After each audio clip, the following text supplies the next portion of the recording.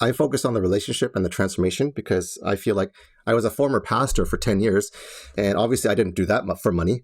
And so for 10 years, I'm serving and loving people. And in the same way with sales, I feel like nothing has changed. Just the context has changed. Hello, everyone, and welcome back to another amazing episode of the Everything is Influence podcast, where every single day, every week, we take an amazing influencer, a salesperson, somebody that's using their mouth to make money and influence the masses for the greater good. And as always, we're going to go through the 4 levels of influence. Ultimately, what is this person up to in the world? How have they taken their vision and their mission and transferred that into other human beings to compel them to action through people and process? And what influences this person? How do they influence themselves? What are their values? What do they see as the process of sales? And how do they transfer that to other people? So without any further ado, Mr. Jay Lee, how are you, sir? I am very good. Thanks for having me on the show. Awesome, man. Rock and roll. Well, let's get into it. So if you could let everybody know, kind of your story, like what do you do right now? Like what's your business? What's the business that you're in? What do you do for people? Give us the jam. Sure. So I do a couple of things, Eli, and one of the things that I do is I do high ticket closing for 2 clients right now.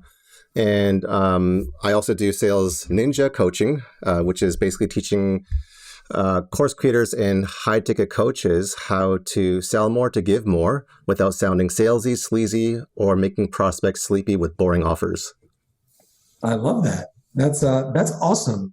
And yeah, we connected, I guess just like a week ago. And I had posted on Facebook looking for salespeople, and so many people had recommended you. And you have such a nice cadence and style and a great story. I kind of wanted to dig into it here. But one thing that comes up for me already, you got your own course where you're training people. You're closing for other people. How do you manage your day?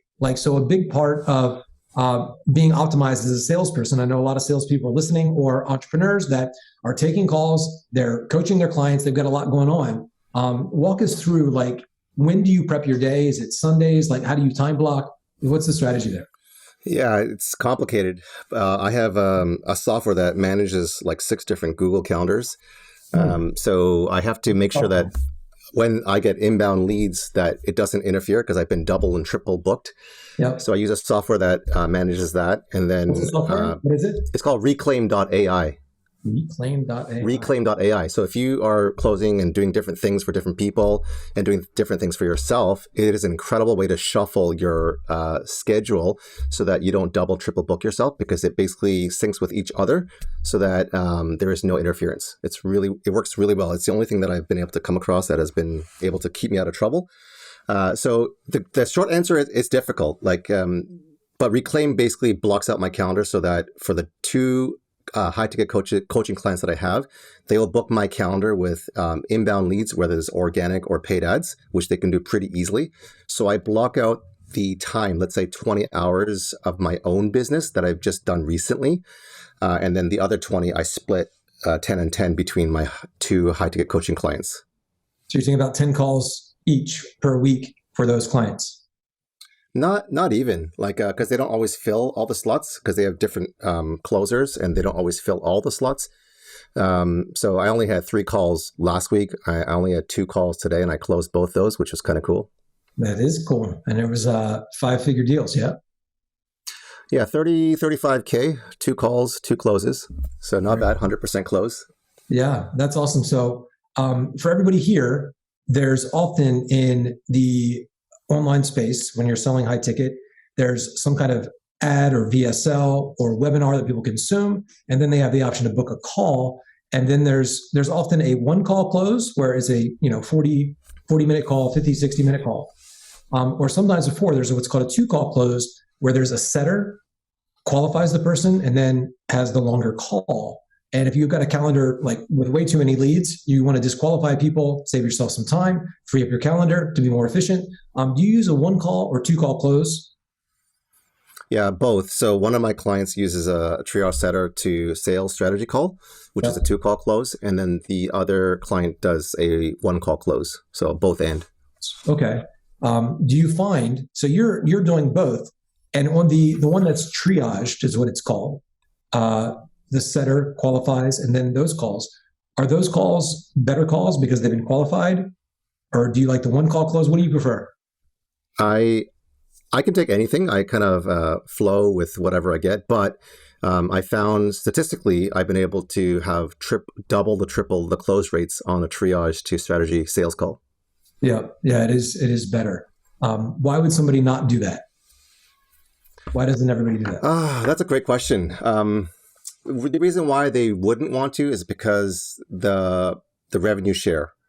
So, slicing that cake, multiple times, and then if you do it enough times with a bigger team, they figure, that maybe the VSL funnel will be good enough, or all the email sequences and the nurturing and, all the testimonials will be good enough to kind of pre-qualify.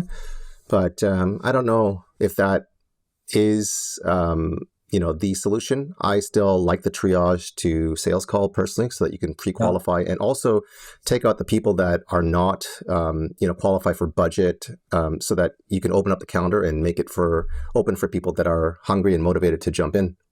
Yeah, 100%. I agree. Sometimes it's a lead flow thing or a scarcity thing. And it's interesting to have this conversation with you because we both we both coach salespeople. And so we see inside of other people's processes. And so, for folks listening here, they're either selling their own stuff, or they're a salesperson, or they're trying to build a sales team.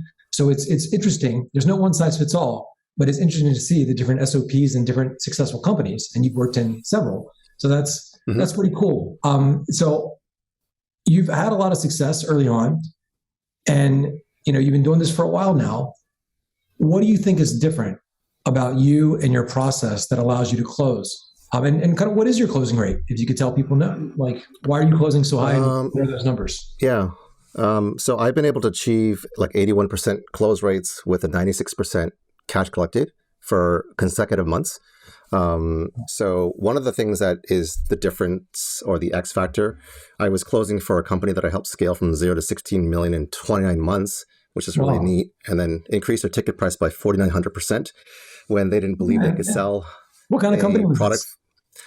It was a growing and scaling a SaaS company, and so I helped increase their ticket price from 1,000 to 50,000 for a done-for-you media buying and funnel building. So they basically threw a couple of. What's that? Are you allowed to say the company? I'd probably rather not, because some of the times the coaches don't even give you the credit. Or whatever, but anyways, but all that to say is that he didn't really believe that I could sell it for 50K, and then I started one call closing, several of them a month, which is 6-figure months, and then he basically begged me to stop selling them because he couldn't fulfill or deliver on the media buying and the funnel builders. So I think one of my colleagues in the sales team basically recorded all of my Zoom calls. And I didn't realize till later that he had transcribed every single Zoom call, sales call, and he used my scripting or my language pattern for, verbatim, and he wasn't able to achieve the same success that I got. And then he said, "What's the difference between, I said everything that you said, and I still couldn't get anywhere near what you had gotten for sales each month?" Yeah. I said, "The reason why we're different, let's call him Ben, is because, what's your motivation? What's your why?" And he says, "I want to win the monthly prize," which was, some sort of, luxury bag or whatever, right? And I said, "My why is I don't care for the bag. I don't care for the money. I'm here for transformation, not transaction." Mm-hmm. And then the next month and following, he started to crush his sales because he was building relationship, not trying to win a bag or win, bonus money. Yeah. So as a salesperson, do you think it's important for a salesperson to be money motivated? I mean, money is important, but I don't think it's everything. For me, my approach is like, I focus on the relationship and the transformation because I feel like I was a former pastor for 10 years, and obviously I didn't do that much for money. And so for 10 years, I'm serving and loving people. And in the same way with sales, I feel like nothing has changed. Just the context has changed. Mm-hmm. Yeah, it's interesting. And, I partnered with this guy, Taylor Welch, a while ago, and he's got these 3 rules of sales. Number 1, sales is all about helping people. Rule number 2, though, what will help people, like what they actually need to get them to help, is outside of their comfort zone. Otherwise, they would have already done it. And rule 3 is people will fight like hell to stay in their comfort zone. And so, framing this, we teach a lot of these frames. And I think I was talking to you something about some of these frames before the call, like language patterns and frames. And, it's a good reminder to me, especially when I was selling full time, when somebody had any resistance, price, whatever, first thing I'd say, well, okay, it's not a problem. Let me see if I can still help you, regardless of where you're at. So that right there, it framed what I was about to say, which was the same thing as like an objection handler, but it was framed as helping.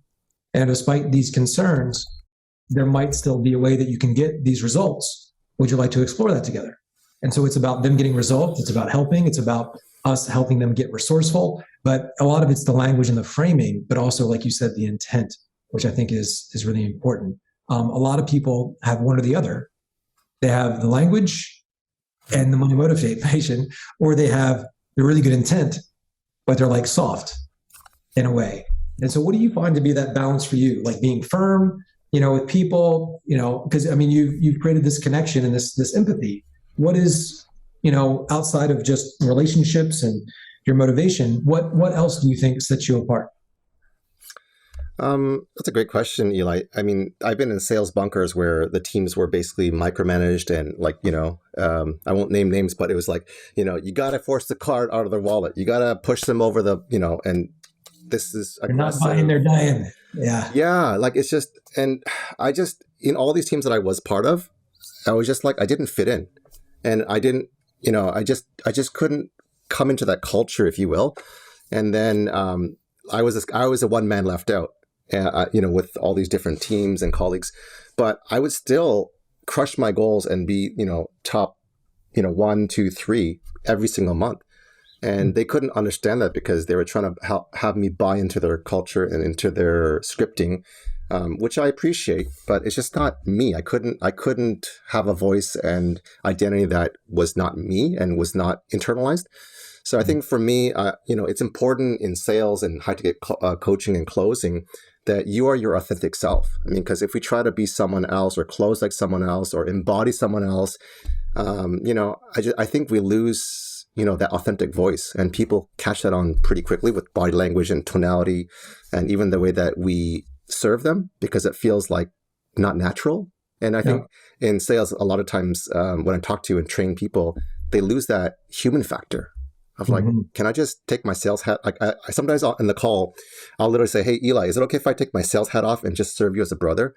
I can't tell you what to do, but I want to put the ball in your court and say, these are things that are going to help you. These are proven. We have a guarantee. We're committed to your success. The only way that you're not going to succeed is if you don't show up on the calls, if you don't go through the program, if you don't actually take action, and if you're not coachable.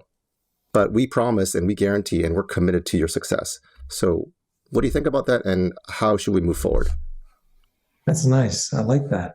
So to back up here, how did you get from being a pastor to being a high ticket salesperson and coach? Like how does that happen? So in pastoring, they have something called ministry partnership development, and that's a fancy word for saying fundraising. So for 10 years of my pastoral ministry, I had to raise my own support, which is like a missionary, asking people for financial support. There were 4 times in my 10 years of pastoral ministry where I was not paid for 9 months at a time. Wow. 9 months. That's almost a year. I call it my spiritual pregnancy, which is like God testing my faith, God testing my calling. And I'm just like wavering. And I'm like, oh gosh, this is so hard. I live in Toronto, Canada. I'm married. I have 3 kids. The average house in here is 1.5 million for a tiny little bungalow. Wow. It's just hard to live here. So it got to the point where, when we went to the grocery store, so many times, my credit card or my debit card would get declined, and I would have to return items with my 3 kids, wondering why I had to return items. And I just made a vow to God that day and said, God, if there's any way that you could help me, get a superpower to help sell or create wealth or teach people how to do this, would you gift it to me so that I can have a platform to teach others so that they can sell more, to give more? Because I feel like I'm stuck and I don't know how to break out of this space that I'm in. So I think God really heard that.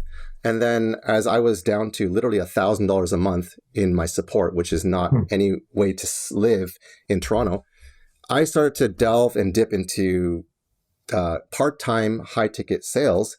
And I thought, gosh, I just need to have an income. I just need to build some revenue. And, within my first or second month, I closed like 85,000. And then in the next month, 105,000. And then continue to do, hundreds of thousands. Like in the last 3 months, I closed over $1 million part-time on an average ticket price of like 8K. So that's a lot of sales, right? Yeah.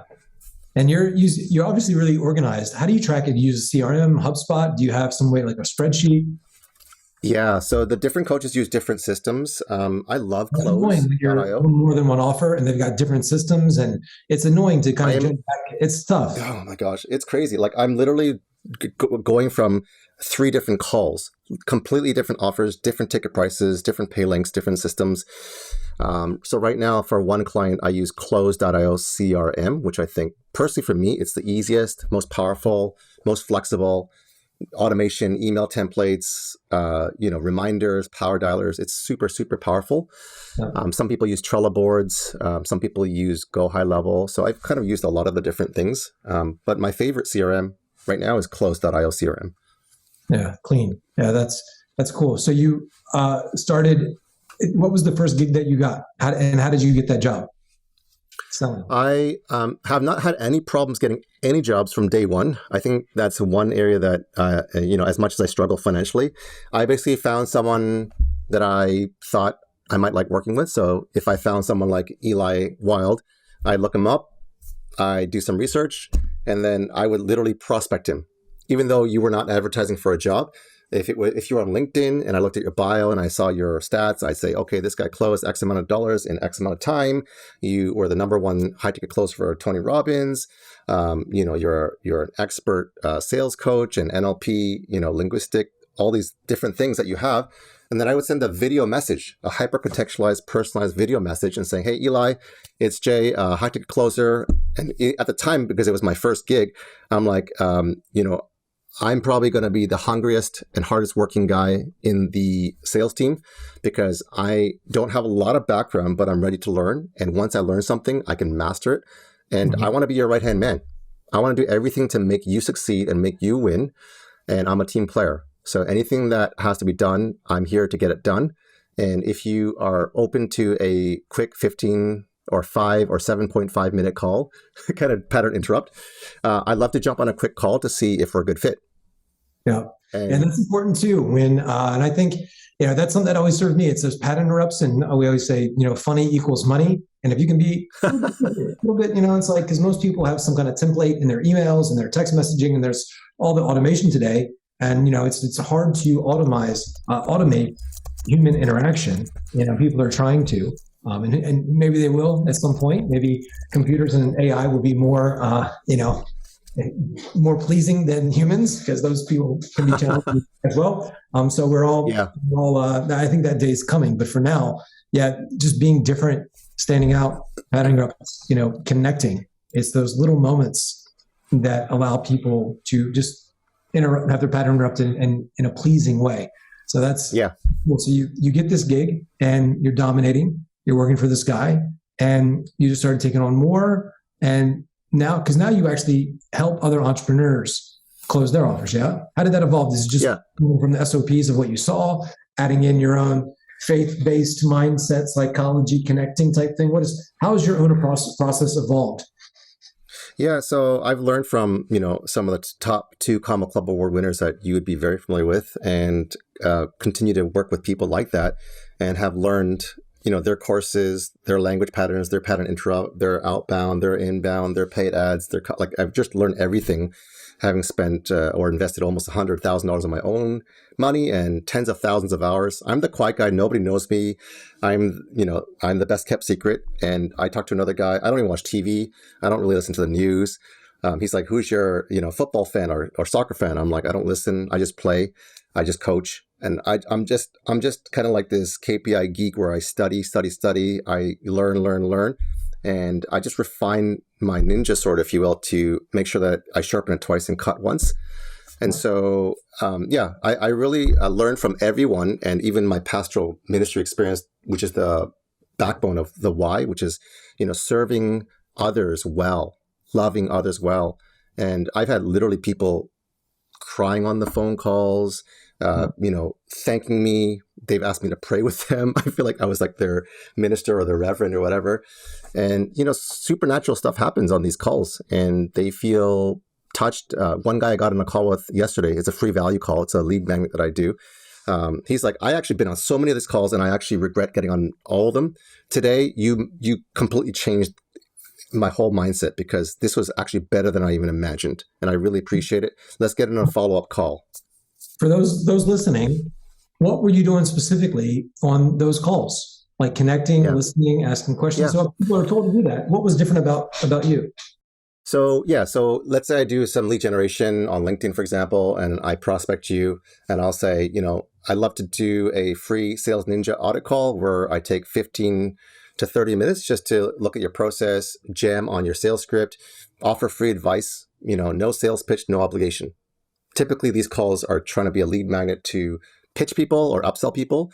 And then I'll get on a call. I say, Eli, thanks for jumping on the call. I want to respect your time. This is a Sales Ninja free audit call where I'm going to just do like whatever you want to do. So you tell me what your number one goal is instead of me telling them what I think they should do. So I serve them with them in mind, always thinking about what do you want instead of what I want. And then I say, no pressure. This is not a sales call. There's going to be no pitch. There's going to be no obligation to join anything or pay for anything. Just to be clear. And then there's this, you could see like in their body language, a sense of relief and just their shoulders relaxing, right? Like, oh, thank you. Thank God. This is so refreshing. And then they're disarmed. And then I just get to help them and serve them. And I'll do like a funnel audit. I'll do a social media audit on their Facebook or their Instagram or everything that I've learned from all these amazing people. I'll just pick apart and then they're just like blown away. And then you book another call, like a sales call?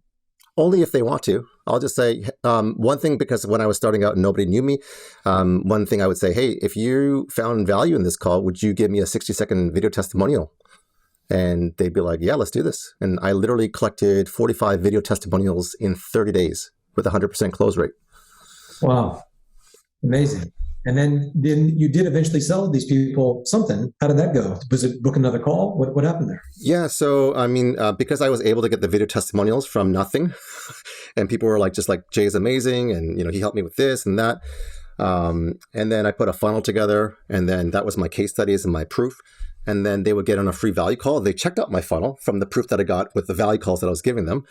And, they'd be like, I know this is not a sales pitch. I know this is not this is a complete free value call, but I want you to pitch me. Yeah. They're like, what you got? Yeah. I'm like, that's not what that call is for. No, pitch me. They were like begging me to pitch them. So I said, okay, I'm not ready for that, but let me just share with you what my program is.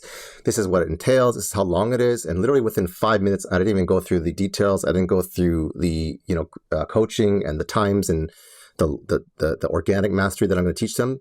I didn't go into any of the details. I just said, an intro, and literally 2 people on different calls on these free value calls said, I've heard enough.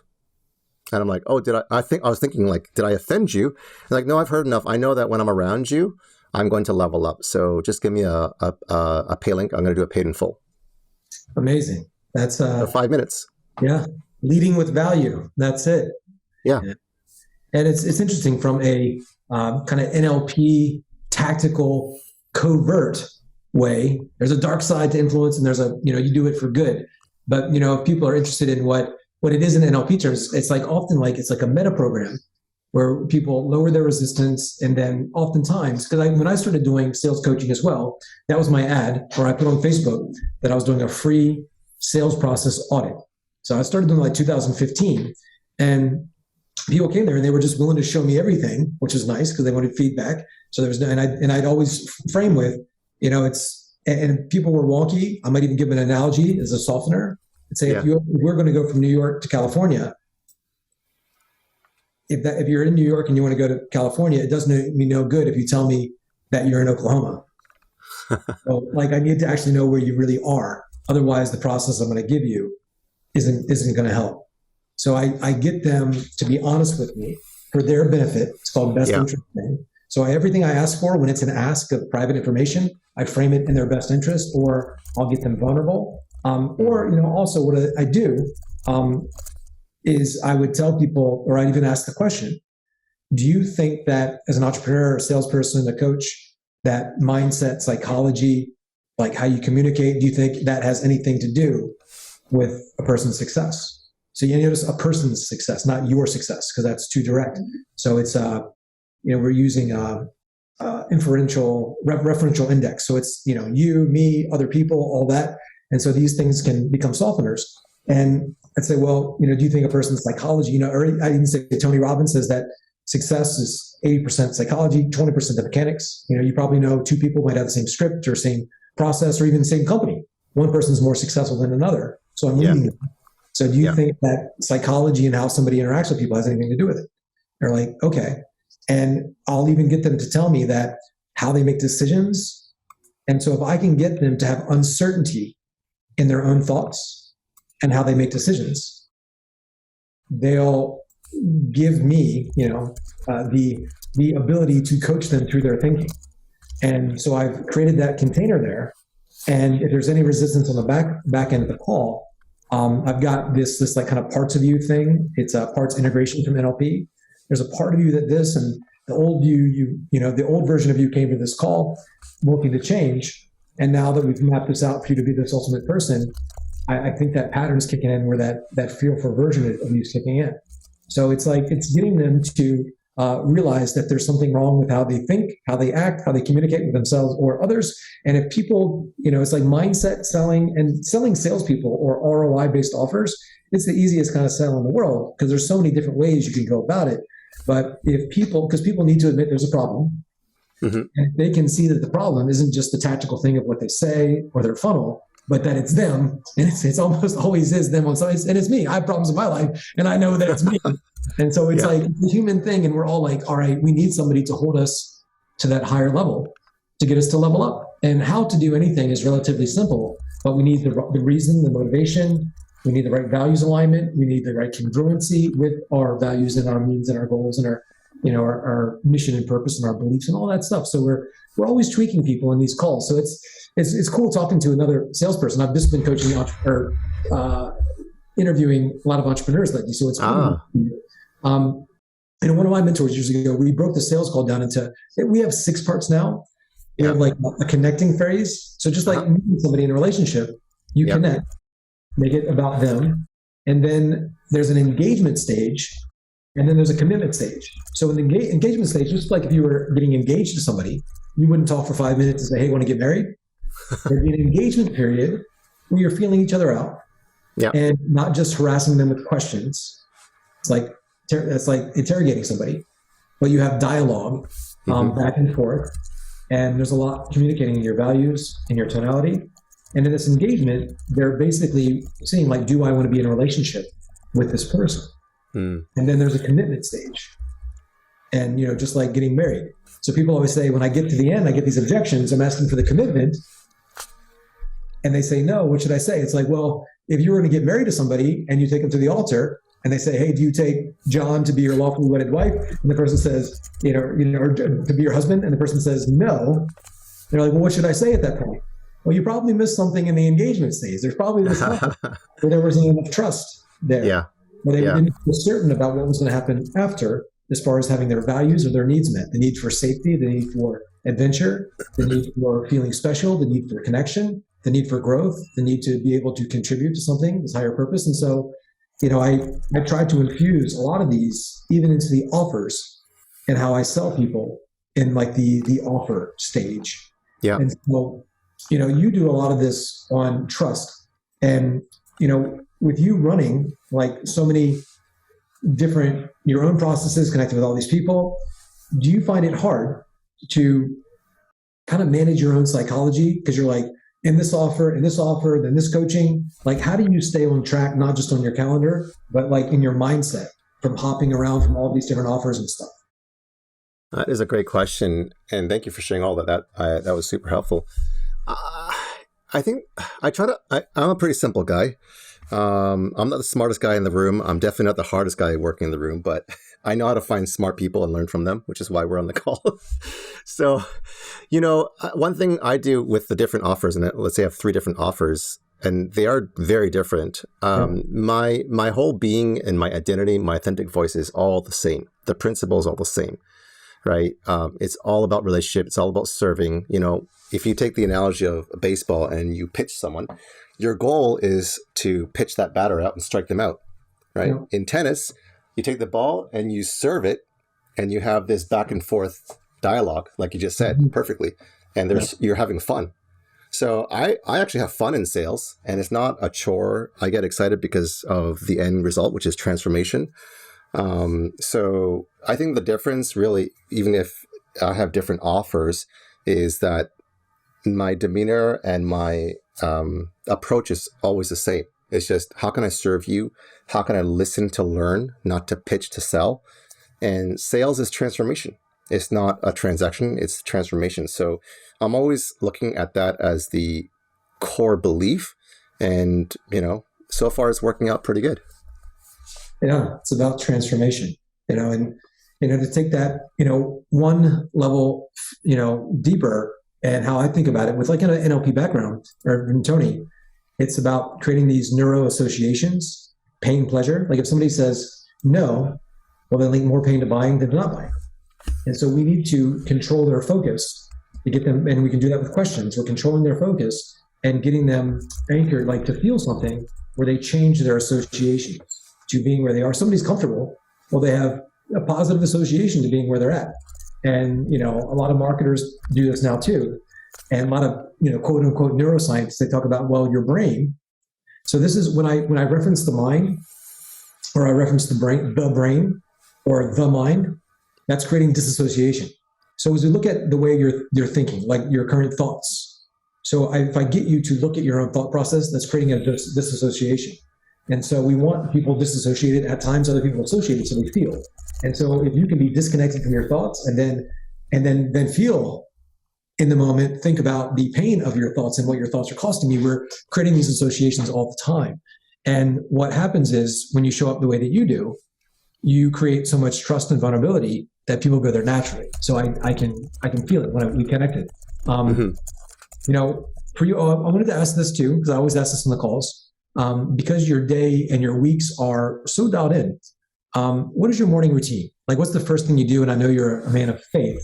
And how does that play into your process? I'm kind of wanting to understand if somebody was to reverse engineer your psychology from how they start their day to how they look at their calendar, how they deal with stress, how they deal with rejection, how they deal with a no. What is your bookends on your day? I wish I was like my mentors. When they have 4:00 mornings, and I am not that. I'm not. I am like against all the things that people preach. Yeah. Where they say I went to bed at 4:30 a.m. last night. Okay, you and I are similar. I'm a night hawk, and my best work comes out in those creative hours. But having 3 kids, that's really, really hard to do. So I am trying to sleep earlier, but I do go to sleep quite late, which is it's culturally not accepted, but whatever, it doesn't matter, because as long as you're getting results, that's what matters. So my day usually works where I've slept, midnight at the earliest. That's an early night. And then I'll wake up like 7:30. I peel out of bed. And then I usually get into my meditation and reading the Bible and praying. I use the gap in the gain with Dan Sullivan, where he says, what's your 3 wins? So I map that out the night before, and then I have an accountability partner. I think this is a key difference for me.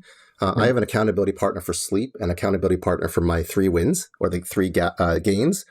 And so basically, if you do this every single day, you're always winning. So it's a positive mindset. So it's been really transformative for me. So I do my prayer, I do my reading of the scriptures, which is my source of hope and joy and my why, if you will. And which book are you going through? Like Proverbs right now? What are you reading? Proverbs, and I'm going through Matthew right now, because I go through the Bible over and over again. And so it helps just give me that wisdom and that knowledge base, and then fills my love tank like a battery. It charges it up so that when I do sales calls, it's not out of an empty tank or out of fumes. but it's out of a full love tank where there's lots to go, lots to spread. Mm. So my schedule, and then I work out like 7 days a week. I take a lot of supplements, nutritional supplements, because I need laser focus. What are your favorite supplements? What's that? What's some of your favorite supplements? I take something called Q Sciences, and it's like sublingual vitamin sprays. And instead of like a tablet or a topical, I just spray it under my tongue. Okay. And then you get 96% absorption rate versus 10. And it's very, very effective. And I basically get zero brain fog. Q Sciences. Yeah. It's an amazing organization that is really trying to disrupt the biopharmaceutical sector with medicinal grade natural products, if you will. And then they want people to really excel in making a business and sharing the commissions generously. Amazing. As a salesperson, none of us get them all. You do deal with some rejection, some no's. You don't get them all. Yep. How do you deal with rejection? Like, so what's your psychology around no or people ghosting you? Like, what's your thought on that? Oh my goodness. Yeah. I mean, great question. Like I have several stories, but just for time's sake, like no for me is a made me, or like maybe I didn't do a good job sharing the value proposition. So, if you're a no, I would say, hey, listen, on a scale of 1 to 10, this is my only salesy question. Where 1 is like, get me off the call, Jay, and 10 is like, man, I love this solution. It's just, and then whatever reason, right? So typically people say 8 and 9 or 11, and if there's a gap, I'll say that's a good score, but why is the gap? But what's going to help you go from 8 to 10? Today I had a 102-minute call where they said basically no, and I said, why not? And they said, well, my wife and I, make decisions. I said, is your wife around? He goes, yep. I said, would it be okay if you got her on the call? He woke her up from sleep, right? I didn't know she was sleeping. She got on the call, and then I said, I'm not here to convince you. I'm here to just address any concerns or any, payment, investment plans that we can help you get started if this is what you and your husband want to do. So I let the husband convince the wife instead of me doing the hard work. He convinced her, but it took us 102 minutes because he had banking and credit card issues, and he finally came in. So it is a thing where, you do follow up, you do nurture them, and even if they do say no, I usually have a saying, you can run, but you can't hide. We're going to get you on the bus at some point, but we might as well get you on early on when the pricing is affordable. Nice. What are the biggest mistakes you've made? Listening to other people to sell in the way that is not me. I think I alluded to that earlier, where, whether it was forceful or aggressive, it just didn't feel right. And I think it's really important to make sure that your identity is secure, because you're secure and you're significant and who God, I believe, has created you to be. So always, be true to yourself. And even though people have certain things that they think you should be or you should do, obviously that's what coaching is. But if it changes your values or if it goes against what you believe, then I believe that's not a right fit for me. That's just me personally. Yeah, that's awesome. What else do you think? Is there anything else I didn't ask you that you think people should know about high ticket selling to be successful in this industry? Yeah, I think in social media, it looks like amazing. And there's so many people that want to jump in. It's harder than you think, but it's more rewarding than you imagine. It's awesome. Like having kids. Like, the idea of kids, it's harder than you think, but it's more rewarding than you could ever dream of. It's hard work.